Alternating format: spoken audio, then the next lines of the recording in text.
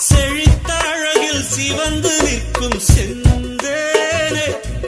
என் கழுத்து வரையில் ஆசை வந்து நின்றேனே வெறித்த கண்ணால் கண்கள் விழுங்கும் பெண்மானே